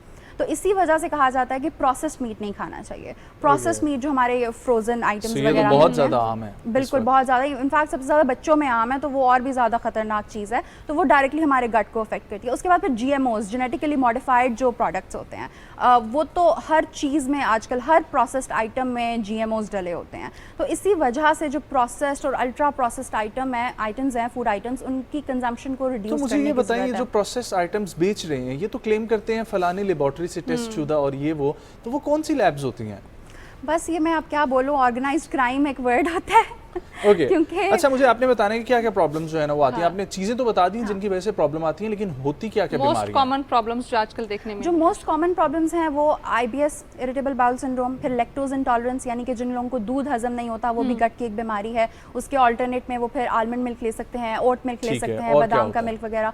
उसके बाद फिर उसमें आता है ऑटो इम्यून डिसऑर्डर्स, क्योंकि हमारे गट में हमारी लाइनिंग होती है और उसमें छोटे छोटे सेल्स होते हैं, एक चादर की तरह की लाइनिंग होती है। तो अगर वो लाइनिंग हमारी कॉम्प्रोमाइज हो जाए, बिल्कुल कॉम्प्रोमाइज डिस्टर्ब हो जाए, तो वो उसकी वजह से हमें ऑटो इम्यून डिजीज़ हो जाती हैं, जिसका मतलब ये है कि हमारी बॉडी आइडेंटिफाई नहीं कर सकती कि ये हमारा बॉडी का अपना सेल है या फिर ये एक फॉरेन पार्टिकल है जिसने हमें बीमारी कॉज करी है। अच्छा, मुझे ये बताएं कि जो हम सारा जिक्र कर रहे हैं इसके अंदर ही जहाँ पर मैदा है, जहाँ पर आपकी आंत है, वहीं पर आपका एक है गॉल ब्लैडर। सो आपका गॉल ब्लैडर के इतने ज़्यादा केसेस आजकल क्यों आ रहे हैं हमारे सामने? उसमें पथरी के केसेस और फिर गॉल ब्लैडर को रिमूव भी जब कर देते हैं तो डॉक्टर्स का भी ये कहना है कि इसका फंक्शन है लेकिन इतना भी नहीं है, चलता रहेगा सही। तो क्या है? बहुत अच्छा क्वेश्चन है। अच्छा, इसका सबसे ज़्यादा कॉमन प्रॉब्लम है गॉल ब्लैडर में वो स्टोन्स का मसला होता है। हाँ। कि आपके गॉल ब्लैडर में वो स्टोन नहीं निकलते, वो आपको गॉल ब्लैडर रिमूव करवाना पड़ता है। तो वो उसकी रूट कॉज होती है कोलेस्ट्रॉल, क्योंकि वो जो स्टोन्स होते हैं वो अक्सर कोलेस्ट्रॉल स्टोन्स होते हैं। तो अब कोलेस्ट्रॉल स्टोन्स मतलब ओवरनाइट तो बनते नहीं है। सही बात है। हाँ। वो अगर आप 10 साल 15 साल एक स्पेसिफिक डाइट को कंटिन्यूड रखते हैं तो उसके नतीजे में जाके आपको फिर 35-40 साल की उम्र में स्टोन जाहिर होते हैं। तो वो फिर बस यही है कि लोग अपने कोलेस्ट्रॉल मतलब ऐसी ग़िज़ा ना खाएं जिससे उनके कोलेस्ट्रॉल ज़्यादा होता है। और आपको पता है बॉडी का 70% कोलेस्ट्रॉल जो है जिस्म खुद बनाता है। अच्छा। लिवर हमारा खुद सिंथेसाइज करता है कोलेस्ट्रॉल को, जिसका मतलब है कि एक तो ये कि सिर्फ 30% हमें डाइटरी इंटेक से बाहर से लेने की ज़रूरत है। दूसरी चीज़ ये कि हेल्दी कोलेस्ट्रॉल खाने की ज़रूरत है। जो फ्राइड आइटम्स होते हैं उनको आप अवॉइड करें, या जो बहुत ज़्यादा हाइड्रोजनेटेड ऑयल्स होते हैं, जो इंडस्ट्रियल ऑयल्स होते हैं, जो ऑर्गेनिक ऑयल्स हैं उनको कंज्यूम। सॉरी, हेल्दी कोलेस्ट्रॉल किन किन प्रोडक्ट्स में हो सकता है? Healthy cholesterol plant based products में होता है, जैसे कि पीनट्स हैं, वॉलनट्स हैं, आलमंड्स हैं, सीड्स हैं, अलसी के बीज वगैरह। इनको लेकिन मतलब मिकदार इनकी पोर्शन कंट्रोल में लेनी चाहिए, क्योंकि मतलब इन्फ्लेमेशन भी कॉज कर सकते हैं ये। लेकिन प्लांट बेस्ड अगर हम फैट्स लें तो वो हेल्दी कोलेस्ट्रॉल को मतलब कंट्रीब्यूट करते हैं। अच्छा अनीसा, कुछ एक तो हम ये बात करते हैं कि आपके खाने की टाइमिंग्स बड़ी मैटर करती हैं कि आप किस टाइम पे खाना खा रहे हैं, और दूसरी तरफ अगर आप देखें तो मॉडर्न ट्रेंड के अकॉर्डिंग जो है वो इंटरमिटेंट फास्टिंग जो है वो भी आजकल बड़ी कॉमन हुई हुई है। किस तरीके से ये दोनों चीज़ें इफेक्ट कर रही हैं आपके स्टमक को? अच्छा, एक तो ये कि टाइमिंग्स का ये होता है कि अगर मतलब अल्लाह ताला, अगर मैं इसको सिंपल तरीन अल्फाज में बताऊँ ना, तो अल्लाह ताला ने हमारी एक क्लॉक रखी हुई है, नेचुरल क्लॉक, सर्कैडियन रिदम बोलते हैं हम उसको वैसे तो मेडिकल टर्म में। लेकिन सूरज के तुलुओ गुरूब होने के साथ साथ हमारे जिस्म के तमाम हार्मोन्स भी अपने रिलीज़ को उसी तरह से क्वांटिफाई करते हैं और उसी तरह से अपने रिलीज़ को टाइम करते हैं। जिसका फॉर एग्जांपल अगर मैं इंसुलिन की एग्जांपल दूं तो हमारा सुबह में इंसुलिन लेवल्स हमेशा ज़्यादा होते हैं बजाय इसके कि शाम को। कि उसकी रीज़न ये है कि ऑब्वियसली अब सुबह उठते हैं, हम काम काज करते हैं, अल्लाह ताला को पता था कि वो टाइम है, हमने नाश्ता करना है, सबसे ज़्यादा हमारी मेजर एक्टिविटी उस टाइम पे होनी है, तो हमारा वो हार्मोन्स भी उसी टाइम पे रिलीज़ होते हैं ताकि हमारी एनर्जी जो है वो मेटाबलाइज हो सके जो हम खा रहे हैं। और इसी तरह से अब जैसे जो मेलेटोनिन है या जो वो वाले हार्मोन्स जो हमें सुलाते हैं या अच्छी नींद का बायस बनते हैं, वो रात को रिलीज़ होते हैं। तो ये जो टाइमिंग्स हैं ये बहुत इंपॉर्टेंट है। और फिर जो मैं बात करी थी कि गट ब्रेन एक्सेस, अगर हम लेट नाइट स्नैकिंग करते हैं, तो अब वो टाइम खाने का नहीं है, वो टाइम नींद का है, और वो प्राइमरी टाइम है कि हमारे जो स्लीप हार्मोन्स हैं वो रिलीज़ होते हैं। और अगर वो रिलीज़ नहीं होते तो हमारे बॉडी की प्रॉपर रीजनरेशन नहीं होती सेल्स की, और सेल्स की रीजनरेशन जो है वो ऑर्गन्स की हेल्थ के लिए, हमारे स्किन की हेल्थ के लिए, specially you know females are conscious about anti ageing और ये वो, तो प्रॉपर स्लीप उस केस में बहुत इंपॉर्टेंट है। ठीक हो गया। ठीक है। एक्सरसाइज कितनी हेल्पफुल है? बहुत अच्छा क्वेश्चन है। एक्सरसाइज इतनी इंपॉर्टेंट है, मैं क्या बताऊँ, लेकिन मेन बात यह है कि वो वाली एक्सरसाइज इंपॉर्टेंट नहीं है जो पूरे हफ्ते में एक दिन की जाती है और 3 घंटे का जिम आपने मतलब एक्सट्रीम ट्रेनर के साथ लगा लिया और आपने समझा कि आपने अपना जिम्मेदारी पूरी कर ली, उसका कोई फ़ायदा नहीं होता। एक्सरसाइज वो फ़ायदा देती है जो आप बेशक थोड़ी करें लेकिन आप कंसिस्टेंटली करें। कैसे आपकी गट हेल्थ को फ़ायदा देती है? अच्छा, इसमें सबसे इम्पॉर्टेंट चीज़ ये है सर्कुलेशन।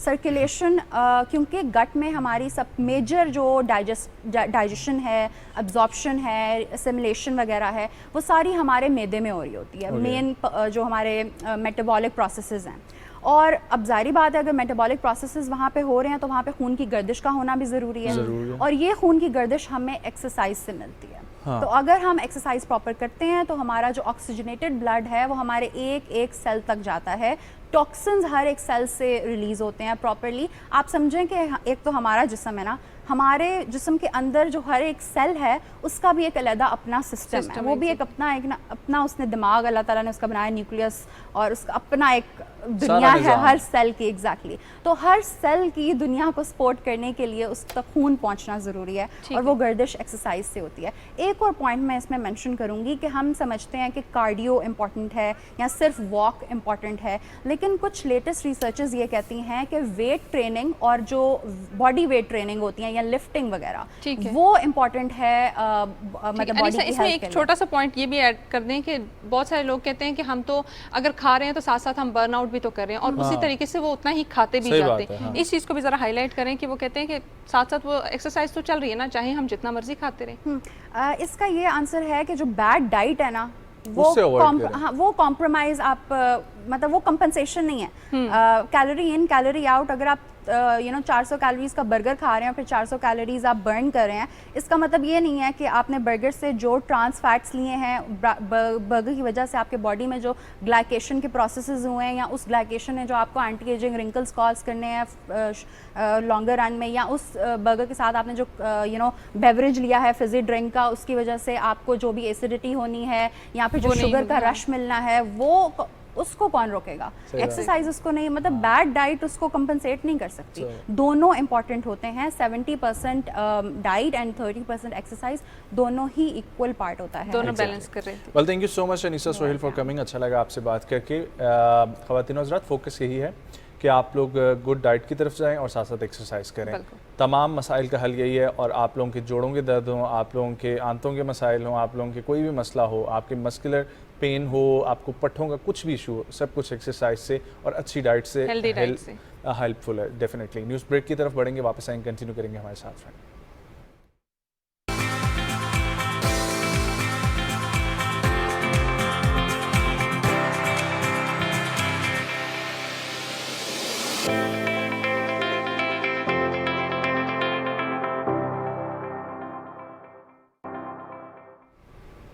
एक बार फिर से आपको सुबह पाकिस्तान में खुश आमदीद कहेंगे। ख़वातीन और हज़रात, जिस तरीके से हम लोग जिक्र करते हैं मुख्तलिफ वॉक ऑफ लाइफ का, उसी तरीके से आज हमारे साथ एक ऐसी शख्सियत मौजूद हैं जिनसे हम लोग गुफ्तगू करेंगे और कुछ मस्बत बात करने की कोशिश करेंगे, ख़ास तौर पर पाकिस्तान और बरतानिया के ताल्लुकात के हवाले से। ये शख्सियत का ताल्लुक है फ़ॉरेन सर्विसेज से, और फ़ॉरेन सर्विसेज के हवाले से तर्जुमान दफ्तर ख़ारजा की सीट पर भी, और इससे पहले जर्मनी में भी सर्व कर चुके हैं, और तर्जुमान दफ्तर ख़ारजा के तौर पर पाकिस्तान में ख़ास तौर पर हमारा मीडिया जो है वो इनको जानता है, पहचानता है। हमारे साथ मौजूद हैं डॉक्टर मोहम्मद फैसल साहब, जो कि इस वक्त ज्वाइन कर चुके हैं Pakistani high commission to United Kingdom. अस्सलाम वालेकुम sir, good morning, thank you so much for coming. खैरियत से आप? अल्हम्दुलिल्लाह सर। सबसे पहले तो हम लोग आएंगे इस चैप्टर की तरफ भी, पाकिस्तान एंड बरतानिया, लेकिन उससे पहले आपका लास्ट जर्मनी वो कैसा रहा सर?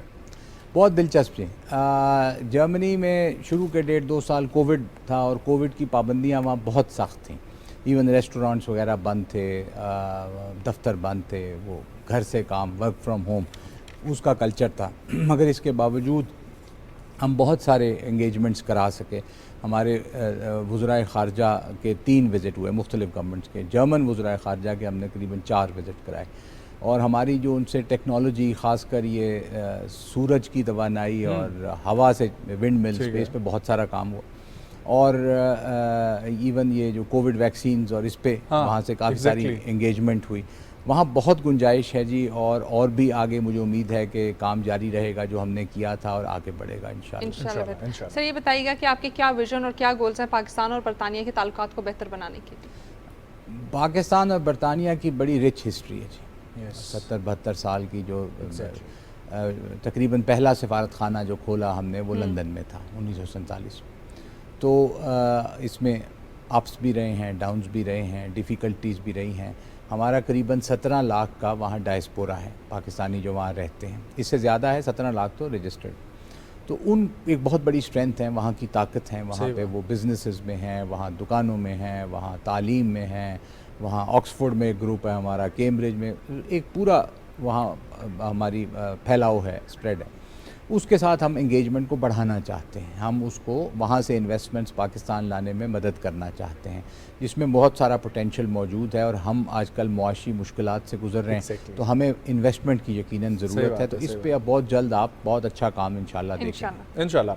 अच्छा, जब हम ताल्लुकात की बात करते हैं, एग्जैक्टली इकॉनमी के हवाले से मैं आऊँगा, क्या गैप्स हैं जिनको फुलफ़िल किया जा सकता है इकॉनमी में जी? वहाँ से इन्वेस्टमेंट यहाँ आनी है। यहाँ बहुत सारे हमारे चैलेंजेस से आती भी रही है, लेकिन कुछ वक्फा है अभी, तो हम उसको बढ़ाना चाहते हैं। उस सिलसिले में यहाँ भी कुछ मुलाकातें मेरी हुई हैं और वहाँ जाकर भी हो रही हैं, और इंशाल्लाह ब्रिटेन से यहाँ इन्वेस्टमेंट बहुत जल्द आएगी, जिससे जॉब क्रिएशन भी होगी, रेवेन्यू जनरेशन भी होगी, बहुत सारे फ़ायदे मुतवक्को हैं इंशाल्लाह।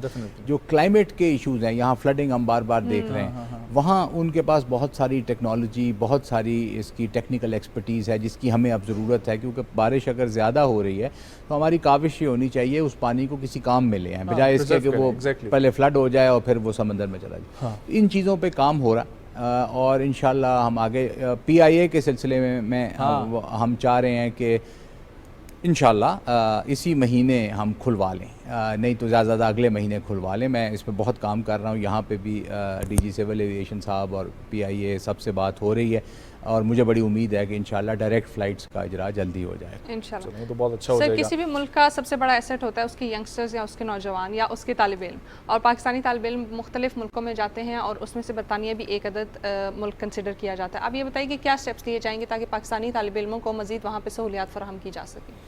ये जी एक लीडिंग डेस्टिनेशन है, अगर नंबर 1 नहीं है तो देर अबाउट है। वहाँ पे पाकिस्तानी करीबन 40 से 50 हज़ार तालिब इल्म तालीम हासिल कर रहे हैं, और उनमें से फिर तालीम हासिल करके कुछ वापस भी आ जाते हैं, कुछ वहाँ पर उन लोगों वहाँ काम करना शुरू कर देते हैं। उनको हम ऑर्गेनाइज़ करना चाह रहे हैं ताकि एक दूसरे की हेल्प भी कर सकें, क्योंकि वहाँ ज़ाहिर है फाइनेंशियल प्रॉब्लम्स होते हैं। जर्मनी के मुकाबले में इंग्लैंड में ये मसला है कि जर्मनी में तालीम मुफ्त, यहाँ तालीम अच्छी भली कॉस्ट पे आती।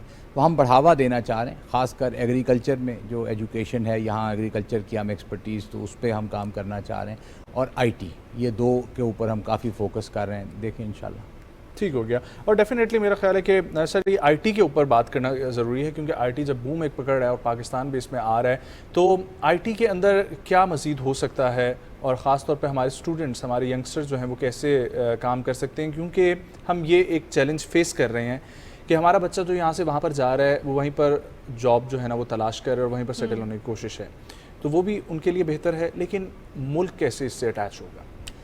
देखें, IT में जो ख़ासकर इस वक्त कटिंग एज है वो है आर्टिफिशियल इंटेलिजेंस, मसनूई ज़हानत जो है, ये दुनिया को ट्रांसफॉर्म कर रही है। ये सिर्फ पाकिस्तान का इशू नहीं है, इससे इसमें चैलेंज भी है, इसमें उम्मीद भी है, और इससे खौफ भी है। ये मैं जर्मनी में भी देख कर आया हूँ, इंग्लैंड में भी देखा है, क्योंकि वो एक नई, आप समझ लें, विंडो खुल रही है जिसके लिए हम तैयार नहीं हैं एज़ ह्यूमन रेस, इंसानियत के तौर पे।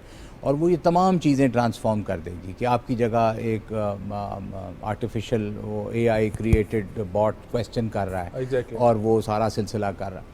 तो इसमें हमें एक्सपर्टीज़, या हमारे पास ज़्यादा इंस्टीट्यूशंस नहीं है जो इंजीनियरिंग है, नस्ट है, कोई UET है, गुलाम इसाक खान है, कराची में इंक्यूबेशन सेंटर्स हैं, उनके साथ हम लिंकेज बनाना चाहते हैं, और वंस वो शुरू हो जाता है तो आजकल फाइनेंशियल जो पैसों के लिए आपके लोग वापस नहीं आएंगे, वो यहाँ पर भी आपको वही सैलरी और काम भी आप यहाँ ऑनलाइन कर सकते हैं। तो ये एक नया ट्रेंड है जो शुरू हो रहा है और जो पाकिस्तान इसमें शुरू हो रहा है, मगर मुख्तलिफ ममालिक हमारे रीजन में भी और बियॉन्ड ये काम कर रहे हैं। बिकॉज आप जितना कंफर्टेबल अपने मुल्क में होंगे इतना दुनिया में किसी मुल्क में नहीं होंगे। अच्छा सर, हम लोग अब आते हैं अपनी इंडस्ट्री का भी कुछ जिक्र करते हैं। सो मीडिया इंडस्ट्री जिस तरीके से इवॉल्व हो रही है, पाकिस्तान में भी सोशल मीडिया और वो सारा सीन चल रहा है सर, OTT प्लेटफॉर्म्स भी आ रहे हैं और वो चल रहे हैं। कैसे ये हमारी दो इंडस्ट्रीज़ अगर मिल सकें, कोई इंटरनेशनल वेंचर्स हो सकें और फिर उससे कोई मस्बत मैसेज हम लोग दे सकें, या वो भी एक इंडस्ट्री वहाँ की मैच्योर इंडस्ट्री है, यहाँ की अभी थोड़ी सी इमेच्योर और चल रही है इंडस्ट्री, लेकिन ग्रोइंग इंडस्ट्री को कैसे हम लोग कर सकते हैं दोनों इंडस्ट्रीज़ का? मैं तो ये जुर्रत नहीं कर सकता कि यहाँ की इंडस्ट्री को इमेच्योर कह दूँ। तो मेरे हिसाब से तो यहाँ पे भी बहुत तरक्की हुई है और बहुत अच्छा मामला है। ये मैं यकीनन मशवरा भी देना चाहूँगा। और वो मीडिया मेरा ख़्याल है सबसे ज़्यादा तेज़ी से जो ट्रांसफॉर्म हो रहा है वो मीडिया हो रहा है। हार्डली 20-22 साल पहले अखबार का मामला था, उससे आप इलेक्ट्रॉनिक मीडिया पे आए। वो उसका पीक मेरे हिसाब से 2011, 12, 13 पे था। उसके बाद उसको चैलेंज आ गया सोशल मीडिया से। अब इस वक्त सोशल मीडिया का पीक है। हाँ ठीक है जी, मेरा अंदाज़ा है ये इससे भी आगे ट्रांसफॉर्म कर जाएगा।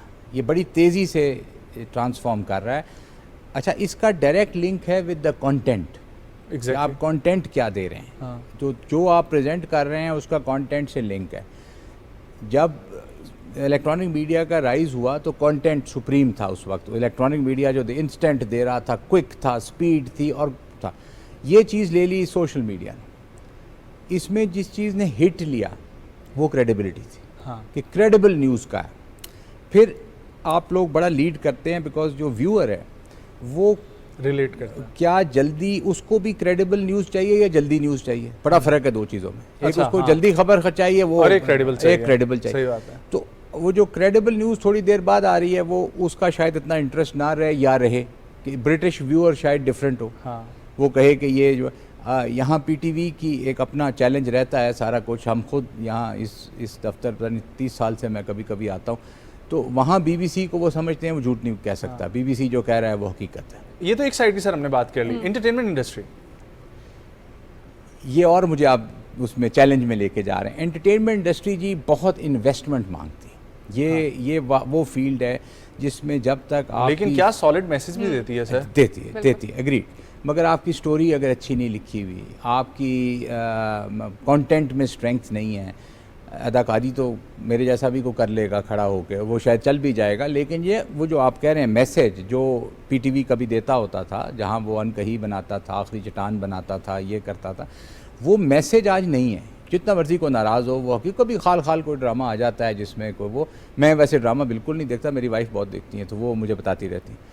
तो ये बहुत ज़रूरी है बिकॉज जो पैगाम है आपका, ख़ासकर यंगर जनरेशन के लिए, वो ड्रामा आपका आ सकता है। किसी ज़माने में आपको हैरत होगी, बच्चों के लिए हम बहुत ड्रामे बनाया करते थे, ये PTV बनाया करता था। अब वो ख़त्म कर दिया कि बच्चों का।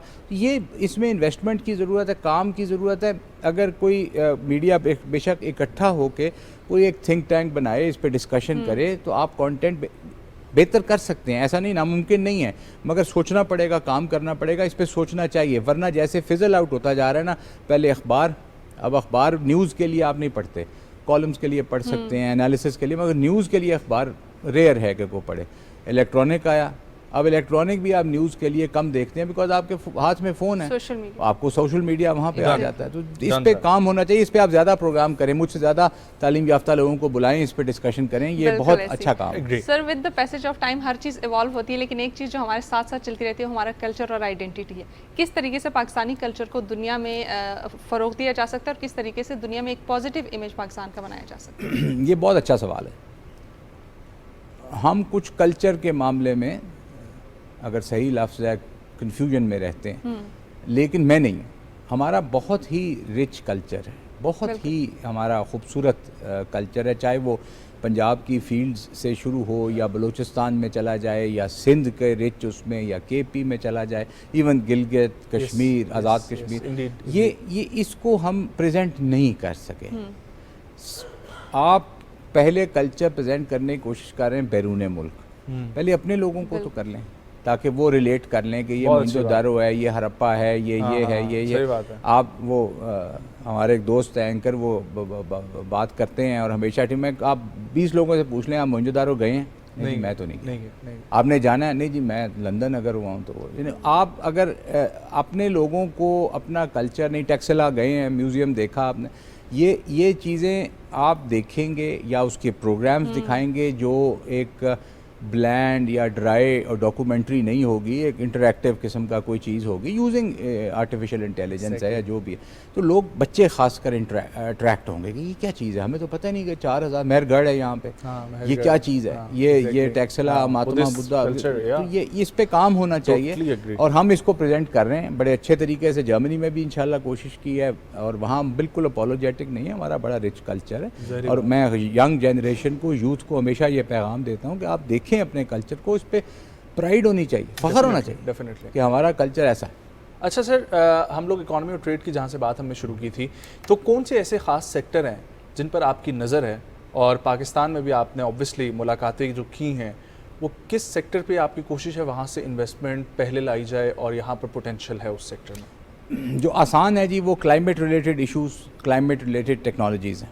दूसरा एनर्जी की शॉर्टेज है हमारे पास, तो ऑल्टरनेट एनर्जी में हम जितना काम कर सकें वो इस हमारे मुल्क की ज़रूरत है और मैं इसको एज ए ड्यूटी लेता हूँ कि जी हम कोई चीप एनर्जी की टेक्नोलॉजीज़, तरीक़ेकार ला सकें। सोलर है, विंड है, वगैरह वगैरह बहुत सारी चीज़ें। ये 2 चीज़ें मेरे हाईएस्ट फोकस में, बाकी तो इन्वेस्टमेंट तो हर चीज़ में आनी चाहिए और ज़रूरत है और सारा काम होना चाहिए। मेरी ख्वाहिश ये है कि हम कोई प्रोडक्शन फैसिलिटीज़ यहाँ खोलें, बिकॉज जब आप इंपोर्ट में जाते हैं तो वो डॉलर की ज़रूरत पड़ती है, डॉलर की शॉर्टेज, तो मैन्युफैक्चरिंग की तरफ कुछ हम अगर छोटा भी कुछ इन्वेस्टमेंट आए उससे जॉब भी मिलेंगी, रेवेन्यू भी आएगा। तो ये देखें अल्लाह। आपने सर इंपोर्ट्स का जिक्र कर दिया, तो पाकिस्तान के इस वक्त ये फोकस चल रहा है कि हम अपनी एक्सपोर्ट्स को बढ़ाएं, तो उसके लिए आपके पास कोई प्लान है ख़ास तौर पर यूके की मार्केट को हिट करने के लिए? देखेंगे surgical, we have sports, we have again मैं आपको बताऊं कि कुछ चीज़ें ऐसी हैं, मैं जर्मनी की आपको मिसाल दे देता हूं, आपको सुन के हैरत होगी, आपको पता ही नहीं होगा। हम जर्मनी एक साल में 5 करोड़ फुटबॉल एक्सपोर्ट करते हैं, ये पाकिस्तान में किसी को पता ही नहीं पता, लेकिन ये बस पता है कि हमारी स्पोर्ट्स की इंडस्ट्री करती है 5 करोड़ फुटबॉल। ये और फ्रॉम डिज़ाइनिंग स्टेज जो कंप्यूटर पे होती है to the finish product, everything बनती है पाकिस्तान और फिर एक्सपोर्ट हो जाती है और वहाँ यूज़ होती है। फुटबॉल आप अगर जर्मनी जाएं या इंग्लैंड जाएं तो आपको पता चलेगा उनके लिए ये रिलीजन है, ये उनके जब फुटबॉल का मैच होता है तो गलियाँ खाली हो जाती हैं, कोई आदमी एग्जैक्टली। वहाँ पर भी हम बड़ी कोशिश से ये चीज़ सामने लाए। हमने एक डिस्प्ले सेंटर बनाया पाकिस्तान एम्बेसी जर्मनी में, लोग देखते थे आके ये क्यों बनाया, हमने कहा ये हमारे, उनको पता ही नहीं। तो ये हमारी एक्सपोर्ट्स हैं, स्पोर्ट्स में हैं, टेक्सटाइल्स में हैं, लेदर में हैं, इसको बढ़ावा मेरा फोकस हमेशा ये रहा है कि इसको करें। जो नई इनोवेशंस होती हैं ना वो मुश्किल होती हैं, वो थोड़ी थोड़ी करके बढ़ती हैं, मगर जिसमें आप साल से एक्सपोर्ट कर रहे हैं उसको एक्सपेंड करना आसान होता है। सही बात। तो इंशाल्लाह इस पे काम कर रहे हैं। अच्छा, ओवरसीज़ जो मौजूद हैं यूके में, वो आपने तादाद भी बताई, उनके हवाले से आपके क्या इरादे, और पहले तो ये बताएं डॉक्टर साहब उनको क्या प्रॉब्लम फेस करनी पड़ रही है उधर मौजूदगी? ये मुश्किल सवाल है, क्योंकि ये है कि ये जो इंग्लैंड में होंगी वो जर्मनी में नहीं होंगी। डिफरेंट, इंग्लैंड में माइग्रेशंस की वेव पिछले 100 साल से हो रही है। सही बात है, ठीक है जी। पाकिस्तानी जाते हैं, कुछ लोग ऐसे हैं जो 3 नस्लों से वहाँ हैं, 4 नस्लों से वहाँ हैं, कुछ अभी गए। जर्मनी में इतनी हिस्ट्री नहीं है या यूरोप में इतनी हिस्ट्री नहीं है, लोगों ने माइग्रेशन की है 25-30 साल, 40 साल। ये जर्मनी में हमारे मुल्क का मसला एक ये है कि हमारा ख्याल है तालीम याफ्ता वो है जो अंग्रेज़ी में बात कर लेता है, तो जो जर्मन में बात करता है वो नहीं है। तो इस एक वजह से जर्मन जो हमारी अगली नस्ल आ रही है उसकी पाकिस्तान से दूरी है, क्योंकि वो जर्मन में पढ़ लेते हैं, फिर जर्मन कल्चर में जम होते जाते हैं। उनको हमने काफ़ी रीच आउट किया, क्योंकि उनके बुज़ुर्ग तो अटैच्ड हैं, वो पाकिस्तान आते हैं जाते हैं, मगर जो अगली नस्ल है वो एक बहुत बड़ा चैलेंज। इंग्लैंड में थोड़ा सा डिफरेंट है, बिकॉज़ वहाँ हमारी कल्चरल प्रेजेंस बड़ी है, हमारी मस्जिदें ज़्यादा हैं, कम्युनिटी ज़्यादा है। जर्मनी में हमारे पास 1 लाख के करीब पाकिस्तानी थे, यहाँ ज़्यादा हैं, तो वो उनमें हमें ज़्यादा जानते हैं, वो पाकिस्तान को जानते हैं इंग्लैंड में। उनको हमें अपना अच्छा फेस पेश करना है, जो क्रिटिसिज्म के बगैर मीडिया जो हमारा दिखाता है वो एक परतो होता है जो हो रहा है उसका, मगर मैं हमेशा इसरार करता हूँ कि कुछ अच्छी चीज़ भी दिखाएं। मैं नहीं ये मानता कि हमारा सारा दिन यही खबर है कि ब्रेकिंग न्यूज़ चल रही है कि ये मर गया, वो हो गया, ये नहीं, ये आपकी बेशुमार अच्छी चीज़ें हो रही हैं, वो भी तो दिखानी पड़ेंगी ना। वो पर आहिस्ता आहिस्ता वो मेन स्ट्रीम हो जाएगा कि यार ये है। तो ये ज़रूर हमारी कोशिश कम से कम ये है कि जो अच्छी चीज़ें हैं वो दिखाई जाएं, प्रेजेंट की जाएं। हमारा जिस तरह मैंने कल्चर की बात की, आपको बताया कि जी ये इसमें बहुत गुंजाइश है। हमारी जो अच्छी अच्छी चीज़ें हैं लोगों को पता नहीं है, हमारे फूड्स का पता नहीं है, खाने पीने की चीज़ों का पता नहीं, टेस्ट्स का पता नहीं, फूलों का पता नहीं, पौधों का पता नहीं, हमारे पास स्पॉट्स का नहीं पता। हाँ जी, तो ये बेशुमार चीज़ें हैं जिस पे हम काम कर रहे हैं। दुआ करें कामयाबी हो। Well, sir, thank you so much for joining. Doctor साहब, wish you best of luck for mission UK and I hope कि इंशाल्लाह जल्दी दोबारा आपसे मुलाकात होगी और हम फिर मजीद पेशरफ पे भी गुफ्तगू करेंगे। एक ब्रेक शामिल करते हैं, ब्रेक से वापस आएंगे, कंटिन्यू करेंगे हमारे साथ।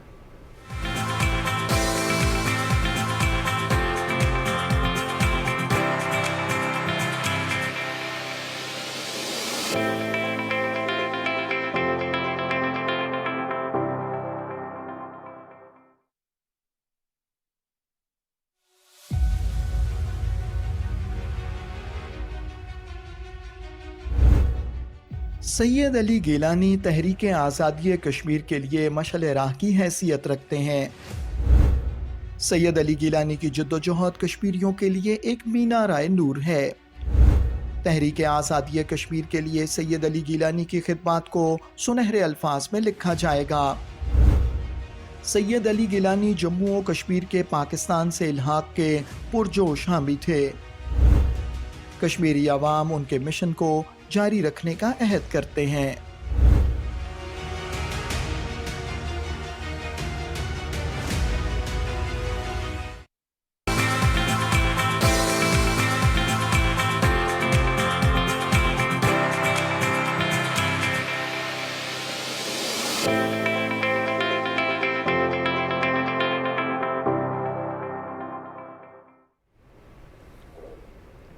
Once again welcome back. और आपको आज के दिन की अहमियत के हवाले से बताते चलें कि आज के दिन की एक और अहमियत भी है, और वो ये है कि आज के दिन पूरी दुनिया में ओवरडोज के आलमी दिन के हवाले से आज के दिन को मनाया जाता है। और इस दिन को मनाने का मकसद क्या है, इसके ऊपर आज हम बात करेंगे। एग्जैक्टली और इसी के ऊपर बात करने के लिए हमें ज्वाइन कर रहे हैं पब्लिक हेल्थ एक्सपर्ट जनाब डॉक्टर मोहम्मद अहमद अब्दुल्ला साहब। अस्सलाम वालेकुम डॉक्टर साहब, खैरियत से हैं आप? जी अल्हम्दुलिल्लाह, वालेकुम। डॉक्टर साहब, ये हमें समझाइएगा पहले तो आज के ये दिन ओवरडोज के खिलाफ ये जो आगाही है, ये है क्या एक्चुअली?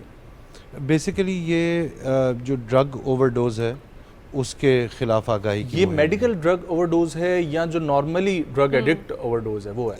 यूजुअली देखें, ये जैसे इस साल की थीम है कि रिमेंबरिंग द अनसीन, जो लोग ड्रग ओवरडोज से फौत हो गए। ज़्यादातर ड्रग ओवरडोज होती है जो रिक्रिएशनल पर्पस के लिए, नशे के लिए जो लोग ड्रग्स यूज़ करते हैं उसमें उन्हीं में ओवरडोज होके डेथ होने के चांसेस होते हैं। कुछ मेडिकल ड्रग्स भी ऐसी होती हैं जिनकी एडिक्शन पोटेंशियल ज़्यादा होते हैं, नींद की दवाइयाँ होती हैं जैसे, तो उनसे भी ओवरडोजेज से लोग मर जाते हैं। ठीक है, तो सर इसके ऊपर फिर काम करने के लिए हम क्या कह रहे हैं?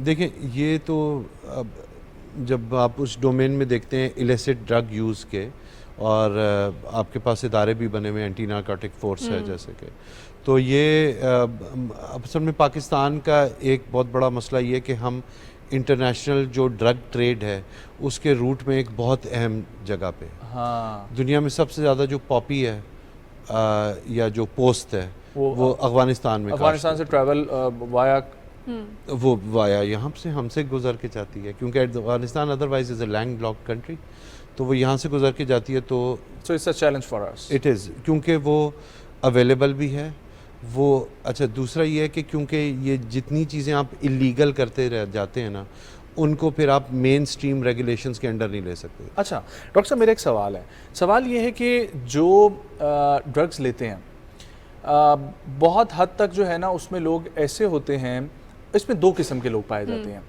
एक तो वो जो इसको फैशन के तौर पर इस्तेमाल कर रहे हैं और just for the sake of fun इस्तेमाल कर रहे हैं, और कुछ ऐसे लोग होते हैं जो बिल्कुल ही, हम जिनको कहते हैं कि ये लोग नशे में आदी हैं, चूर हैं, और वो हमें अक्सर अपनी सड़कों और चौराहों पर नज़र आते हैं। तो ये दो मुख्तलिफ हैं और दोनों एक्सट्रीम कंडीशन अलग-अलग हैं। तो इसमें ज़्यादातर ओवरडोज केसेस किस में नज़र आते हैं आपको? उस क्लास में जो हाई क्लास है या लोअर क्लास में नज़र आते हैं केसेस? सर केसेस तो ज़्यादातर लोअर क्लास में नज़र आते हैं क्योंकि उन्हें समझ नहीं है।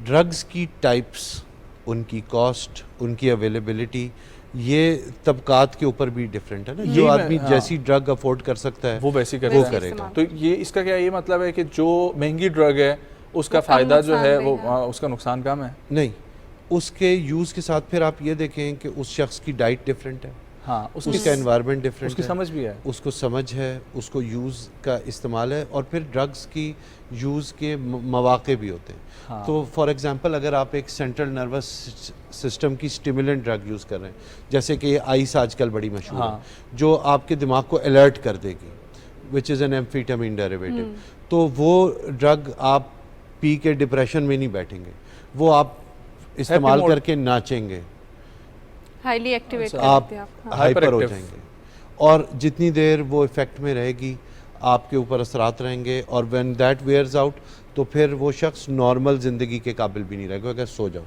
तो वो थोड़ी थोड़ी यूज़ करता रहेगा टू रिमेन स्टेबल।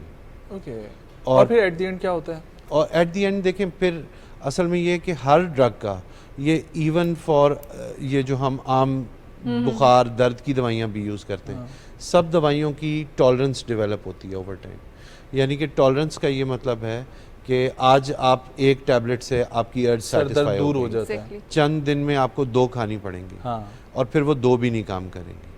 तो इन ड्रग्स की भी जो टॉलरेंस है वो डेवलप होती जाएगी और डोज बढ़ती जाएगी। उसमें फिर एक लीथल डोज तक बंदा पहुंच जाता है, उसको अंदाज़ा नहीं होता, वो कहता है इतनी तो मैंने पहले की भी है, मैंने 15 गोलियां खाई हुई, आज 16 खा लूंगा तो क्या, तो वो ओवरडोज हो और वहाँ पे वन फाइन डे वो ओवरडोज में एंड करता है, क्योंकि वो नशा तन्हाई में कर रहा होता है, तो वहाँ पे उसको बचाने के लिए भी कोई नहीं आता। सर मेडिकल पर्पस के लिए जो हम ओवरडोज करते हैं, फॉर एग्जांपल जैसे आपने जिस तरह से कहा कि अगर आपके सर में दर्द है तो आज आपने 1 गोली खा ली, डेली की बेसिस पे अगर आप खाएंगे तो आपको उसकी आदत हो जाएगी और उसके बाद उसकी जो डोज है वो बढ़ानी पड़ेगी। उस हवाले से हम किस तरीके से अवेयरनेस क्रिएट कर सकते हैं? देखें, ये असल में पाकिस्तान में जो ड्रग सेल्स है ना वो बड़ी फॉल्टी हैं, और आप देखें कि बहुत सारी ड्रग्स ऐसी हैं जो दुनिया भर में ओवर द काउंटर आपको नहीं मिलती लेकिन यहाँ मिल जाती हैं, और कई ऐसी ड्रग्स जो बाय लॉ आपको ओवर द काउंटर यहाँ नहीं मिल सकती, वो गपशप में भी मिल जाती हैं, जान पहचान में कोई थोड़ा सा अंडर द काउंटर मिल जाती है, नींद की दवाई आप नहीं तो पर्पस आप कुछ ऐसा बताते हैं कि वो आपको मिल जाती है। लेट्स से आप ये जो होती है आपका इसी स्प्रे जो है, ठीक है, ये स्पोर्ट्स इंजरीज के लिए जो यूज़ होता है, ये एक बेहतरीन नशे के तौर पर इस्तेमाल होते हैं आइटम। नशे के तौर पे तो सर असल में ह्यूमन हिस्ट्री जो है ना वो नशे के साथ बड़ी पुरानी है, और हम नशे ढूंढते फिरते रहे हैं। किसी शख्स ने पहली दफ़ा कोई सड़ा हुआ फ्रूट खाया होगा और उसे अंदाज़ा हुआ होगा कि ये तो ये भी कर देता है, तो हमने डिस्कवर किए नशे ढूंढ ढूंढ के एज अ स्पीशीज़। जानवर आपको इस तरह के नशे करते हुए नहीं मिलते, लेकिन हमने तलाश किए पौधों के असरात और इस तरीके से किए। कोई होगा नशाई जानवर आपको ठीक है, होंगी ऐसी एग्जांपल, लेकिन the ones that stay in touch with humans, not otherwise. तो ड्रग्स का सिलसिला इतना पुराना है कि लोग उनको यूज़ करते आ रहे हैं, और उनकी फिर एडिक्शन भी हो जाती है। तो ओवर द काउंटर जो ड्रग्स हैं उनमें एक तो एंटीबायोटिक्स के साथ हम बड़ी बदतमीज़ी करते हैं, second worst antibiotic prescription practices Pakistan में, फर्स्ट वर्स्ट इजिप्ट में। इस तरह इंजेक्शन आप देखेंगे पाकिस्तान में जो है वो one of the highest rates of injection per capita जो है वो हमारा है। पेन किलर्स, उल्टी का टीका, हर चीज़, मतलब हर बात पे एक टीका ला दो। हाँ। ठीक है, हमारे लोगों की सेटिस्फेक्शन नहीं होती ना, वो कहते हैं कि जब तक इंजेक्शन नहीं लगेगा तब तक हम ठीक नहीं होंगे जी, और उनके फिर डैमेजिंग। तो एक नॉर्मल बीइंग जो है वो ये तो हमने तय कर लिया कि नशा तो बुरा है और वो किसी हालत में जायज़ नहीं है, चाहे आप सस्ता करें महंगा करें, वो आपको डैमेज करेगा at the end of the day, even a small cigarette, ठीक है, सबसे बड़ी तबाही का ज़रिया है। अब इस तरफ जो मेडिकल कंडीशंस में हम डिस्कस कर रहे हैं, यहाँ पर क्या अवॉइड करने की ज़रूरत है हमें? खुद एंटीबायोटिक खाना, ठीक है, सेल्फ मेडिकेशन करना इन जनरल, ठीक है, और ओवर द काउंटर जाके अनक्वालिफाइड लोगों से दवाई ले लेना। उसके अलावा लोगों को पता होता है कि बहुत सारे पाकिस्तान में देखें जी 10 लाख से ऊपर लोग प्रैक्टिस कर रहे हैं, पीएमडीसी के साथ तकरीबन 2 लाख रजिस्टर्ड है। हाँ, तो 8 लाख, और ये मैं आपको बहुत पुराने स्टैट्स बता रहा हूँ, ये बहुत बढ़ गए होंगे, 8 लाख बंदा रफली 10 लाख कर लें, ज़्यादा ही कर लें इससे, वो without any technical training, without knowing the effects of these drugs वो प्रिस्क्राइब कर रहा है और लोग ले रहे हैं।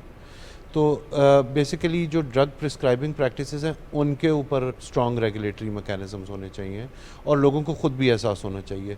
दूसरी बात यह है कि मैं एज ए प्रैक्टिसिंग फिजिशियन ये आपको सेफली कह सकता हूँ कि ज़्यादातर लोग जो हैं वो बेसब्री के लिए दवाई खा रहे होते हैं। हल्की फुल्की बीमारियां हमारी बॉडी का अपना इम्यून सिस्टम खुद ही ठीक कर देता है, वो बेसब्री होती है कि जी बुखार हो गया, बुखार की दवाई दो। हाँ, बुखार तो ये कैसे होता है खुद से ठीक? देखो बुखार बॉडी क्यों कर रही है, क्यों कर रही है? आपकी बॉडी में एक अनवांटेड जर्म आया और आपकी बॉडी चाहती है कि ये निकल जाए। अपने बॉडी का टेम्परेचर बढ़ाऊं मैं ताकि ये जरासीम उस हाई टेम्परेचर पे काम ना कर सके। जैसे ही टेम्परेचर बढ़ता है आप बुखार की गोली खाते हैं, बुखार डाउन होता है।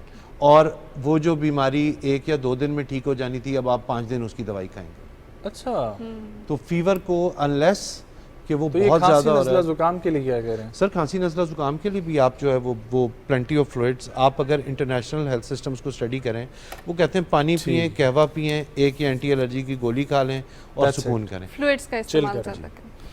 Well, thank you so much doctor साहब, बहुत अहम और इंटरेस्टिंग मौजू था और इस पर यही है मुद्दा कि आप लोग जो है वो प्रॉपरली डॉक्टर के पास जाएं, ये ना करें जो कि हम जिक्र भी करते हैं और शायद हम भी यहाँ पर गुफ्तगू कर रहे हैं, लेकिन कभी कभी हम भी ये कर लेते हैं कि सर में दर्द है तो बस डायरेक्टली गोली ले ली। एग्जैक्टली, और यूजुअली हम ये कर रहे होते हैं कि अगर किसी को पेन है तो हम कहते हैं ये गोली मैंने खाई थी, बड़ी इफेक्टिव है, तुम भी इस्तेमाल कर लो, बहुत अच्छी। सही बात है। और वो फिर आगे से हवाला देते नहीं, मेरे चचा डॉक्टर थे, उन्होंने कह दिया था कि ये सही है। ठीक है, तो thank you so much doctor साहब फॉर कमिंग। ख़वातीन और हज़रात, मुलाकात होगी कल, बहुत सारा ख्याल रखें, अल्लाह हाफ़िज़।